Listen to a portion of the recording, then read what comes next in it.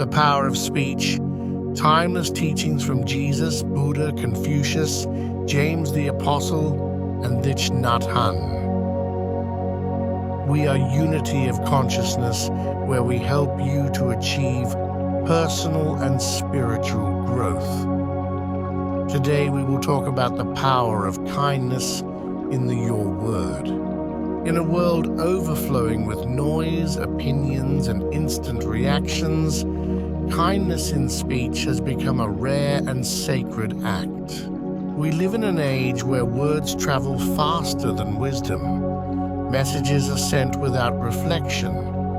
Judgments are spoken before understanding.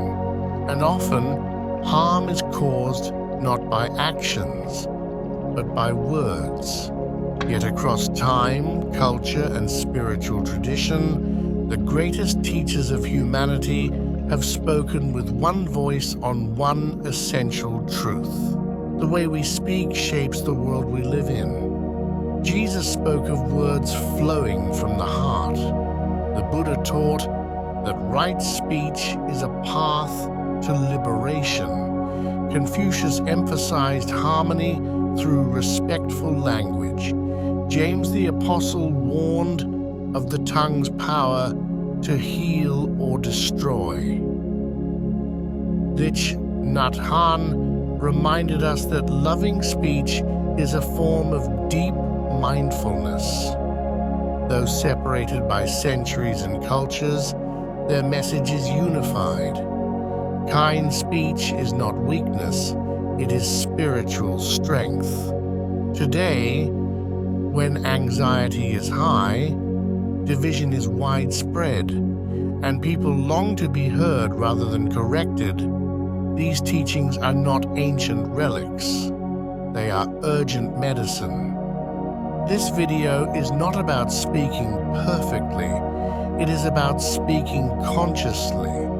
It is about aligning our words with love, truth, and responsibility so that our speech becomes an instrument of healing rather than harm. As you listen, allow these teachings to gently reshape not only how you speak to others, but how you speak to yourself. Because kindness begins within, and every word is a seed. Let us see what Jesus told us. Words reveal the heart, for out of the abundance of the heart, the mouth speaks. Jesus, Matthew 12:34. Jesus consistently taught that speech is a reflection of inner life. He did not separate language from spirituality. To him, words were spiritual indicators.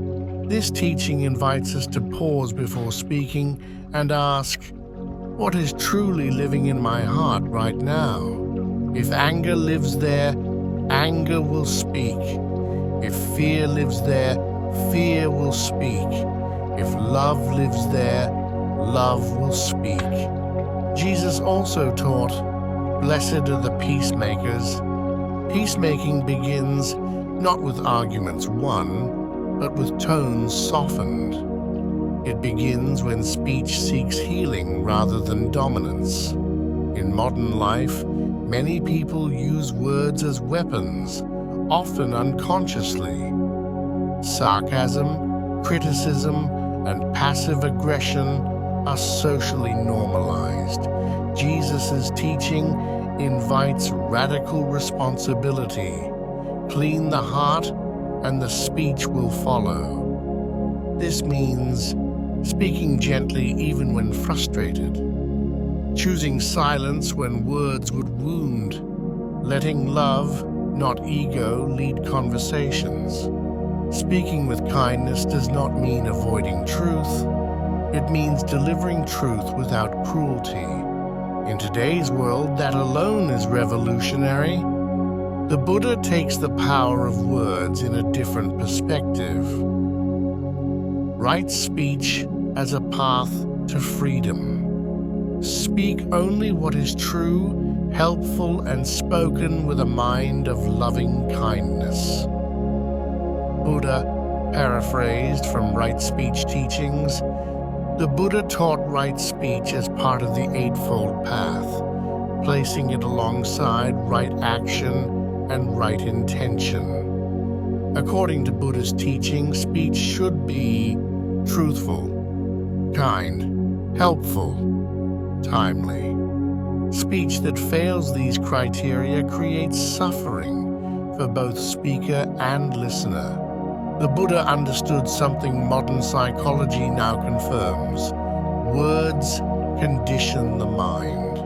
Harsh speech strengthens anger pathways. Gentle speech strengthens compassion. In an era of constant commentary, the Buddha's teaching asks us to slow down. Not every thought needs a voice. Not every opinion needs expression. Before speaking, we can ask, is it true? Is it kind? Is it necessary? This practice transforms communication into mindfulness. Kind speech becomes an act of inner discipline, and inner discipline becomes freedom. Confucius' take on the word of power is an interesting one as well. Harmony through respectful speech. The superior person is modest in speech but exceeds in action. Confucius emphasized harmony, not silence, but measured speech. He taught that careless words disrupt social balance, while respectful language preserves dignity and order. In Confucian philosophy, speech is not about self-expression, it is about relational responsibility. Modern culture often celebrates being outspoken without being considerate. Confucius reminds us that restraint is wisdom, not suppression. To speak with kindness is to respect the dignity of others. Consider the impact of words on the collective. Choose humility over attention. In families, workplaces, and communities, harmony is built word by word. James the Apostle's take on the power of the word will let us continue to respect that power. The tongue is fire. The tongue is a small part of the body, but it makes great boasts. It is a fire. James 3:5-6. James offered one of the most powerful warnings about speech in spiritual literature. He understood that words can destroy reputations, shatter trust, ignite conflict, but he also knew they could heal wounds, restore faith, inspire courage. In the digital age, the tongue has multiplied. It now types, it comments, it posts. James's teaching is more relevant than ever. Kind speech online is not optional morality, it is spiritual integrity. Choosing restraint, empathy, and compassion in words is a form of modern holiness. Thich Nhat Hanh approach is of that of love in the word. Loving speech as mindful practice. Loving speech is the language of compassion. Thich Nhat Hanh taught that speech can be a meditation. When we speak mindfully, we listen deeply, choose words carefully, speak to relieve suffering. He emphasized that many conflicts persist not because of disagreement, but because people do not feel heard. In a fast, distracted world, loving speech slows time. It says, I see you, I hear you, you matter. Practicing loving speech does not require perfection, only presence. Now let us unite these teachings. Across all these traditions, a single truth emerges. Speech is sacred. Words shape relationships. Words shape societies. Words shape the inner world. When speech is guided by ego, fear, or anger, division follows. When speech is guided by love, awareness, and humility, healing follows. Today we do not need louder voices. We need kinder ones.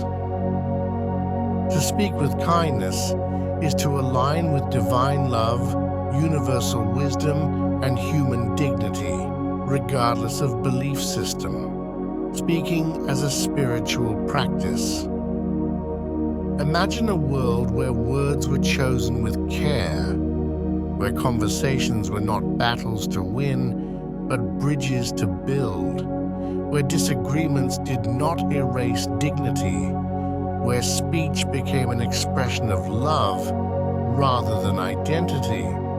This is not an unreachable ideal. It begins with a single person. It begins with you. Every time you pause before speaking, you create space for wisdom. Every time you soften your tone, you reduce suffering. Every time you choose kindness, you align with the highest teachings humanity has ever known. Jesus reminded us that words reveal the heart.